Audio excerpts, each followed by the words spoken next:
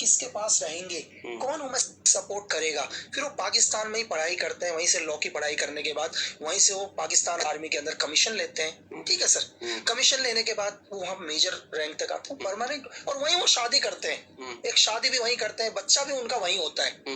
ٹھیک ہے, یہ دوسری چیز ہو گئی سر. تو مجھے یہ بتاؤ سر, پاکستان جیسے کنٹری مان لو آپ کو جا کر کے رہنا ہے, کسی کا دوست بن کے, کسی کا بھائی بن کے, اب کیا تیاریاں شروع ہوں گی اس کے لیے؟ میں آپ کو ایک ادھارن کے ساتھ سمجھاتا ہوں کہ ہمارے دیش کے لیجنڈ اسپائی روندر کوشک سر, سب نے نام سنا ہوگا, شاید کوئی ایسا ہندوستانی ہوگا جنہوں نے ان کا نام نہیں سنا سر. ایک تھیٹر آرٹسٹ سے وہ پاکستان جانے سے پہلے پوری تیاری کر کے جاتے ہیں سر, پورے پاکستان کو سمجھتے ہیں, ان کے دھرم کو سمجھتے ہیں, ہر چیز جو بھی وہاں پر دھرم فالو ہوتا ہے سب چیز کو لوگ سمجھتے ہیں. سمجھنے کے بعد پوری ٹریننگ کر چکے ہیں وہ, پھر وہ پاکستان جاتے ہیں. ان کو پہلے سے پتا ہوتا ہے کہ پاکستان میں جانے کے بعد انہوں نے کیا کرنا ہے, وہاں وہ کس کے پاس رہیں گے, کون ہمیں سپورٹ کرے گا. پھر وہ پاکستان میں ہی پڑھائی کرتے ہیں, وہیں سے لا کی پڑھائی کرنے کے بعد وہیں سے وہ پاکستان آرمی کے اندر کمیشن لیتے ہیں. ٹھیک ہے سر, کمیشن لینے کے بعد وہ ہم میجر رینک تک آتے ہیں پرماننٹ, اور وہیں وہ شادی کرتے ہیں, ایک شادی بھی وہیں کرتے ہیں, بچہ بھی. السلام علیکم ورحمۃ اللہ وبرکاتہ. 5 منٹ فارغ. آپ دیکھ رہے ہیں ڈیٹی پالیٹکس آف پاکستان.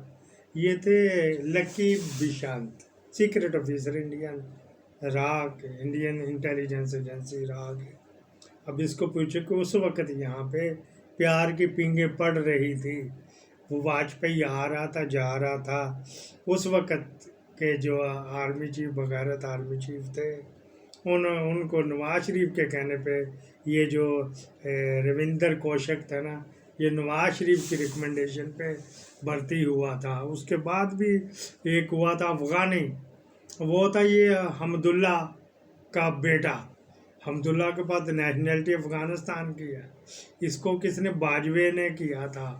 اس کے علاوہ بھی ایک اس نے بھی کیا تھا, یہ جو کیانی نے. تو یہ سارے بغیر پولیٹیشین کرواتے ہیں. اچھا جی, یہ تو انہوں نے بات کر دی کہ جی اس طرح انٹیلیجنس آفیسر. اب یہ بھی تو بتا دے کہ ہمارے ادھر کیا کرنے جاتے ہیں, ہمارے بھی تو بندے ادھر ہوتے ہیں نا, ہمارے بھی تو ادھر انٹیلیجنس میں جا کے کرتا ہی ہے نا. تو وہ اس کا کیا چکر ہوتا ہے, وہ کیا اس طرح کریں گے. اس کو میں نے کہا تھا کہ میں چھوٹے چھوٹے ودن 5 منٹ یہ جو آپ کو ان کے کلپ بتائے جائیں گے, سنائے جائیں گے, اس کا بھی کہ کیا وجوہات تھی, کیا کیا گیا. لو جی ہے طاہر عالم صاحب کی بھی سن لیں جی.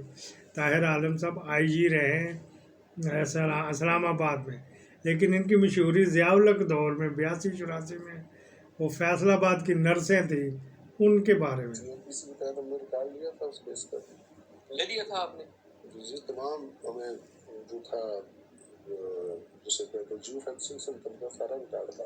میں بس اس کے متعلق زیادہ کمنٹس نہیں کروں گا, اتنا بتاؤں گا کہ اسلام آباد پولیس کے بہت پریکٹیکل افسر نے اسے ٹریس کر دیا تھا, اس میں میری گائیڈنس پوری پولیس شامل تھی. لیکن اس ٹریس کا کرنے کا کوئی فائدہ نہیں کہ جب آگے سے کچھ بھی نہ کر سکے. کیا میں ہوں کہ کوئی بہت طاقتور ادارے تھے وہ کہہ رہے سلیم شہزاد 14 سال بعد سابق آئی جی, اس کو ISI نے قتل کیا تھا. یہ طاہر عالم آئی جی جو ہے اسلام آباد, یہ بتا رہے ہیں. یہ ہمارے دوست ہیں چودھری نعیم ٹھلوں صاحب جو ناروے والے, ان کے بڑے دوست ہیں. تو ہماری بھی ملاقات ان کے ساتھ ہوئی ہے. اس نے بڑا کچھ بتایا. مجھے کہہ رہے شاہ جی مرنے بعد ہی میرے کر دینا. میں نے کیوں کسٹم سے آپ آنا جی. 14 سال بعد اس نے بتایا کہ وہ کسی ٹیررسٹ نے نہیں, وہ آج ISI نے سلیم شہزاد, اس کو جو سلیم شہزاد جرنلسٹ تھا اس کو ISI نے کروایا. یہ طاہر عالم نے اقرار کیا, ابھی زندہ ہی ہے گا, شاید اب انگلینڈ میں ہے گا بیچارہ, اپنی زندگی بچاتا پھر رہا ہے. پینشن آئی تھی اس سے گزارا کر رہا ہے. باردار وہ تو نہیں نا جو IG کی ہوتی ہے.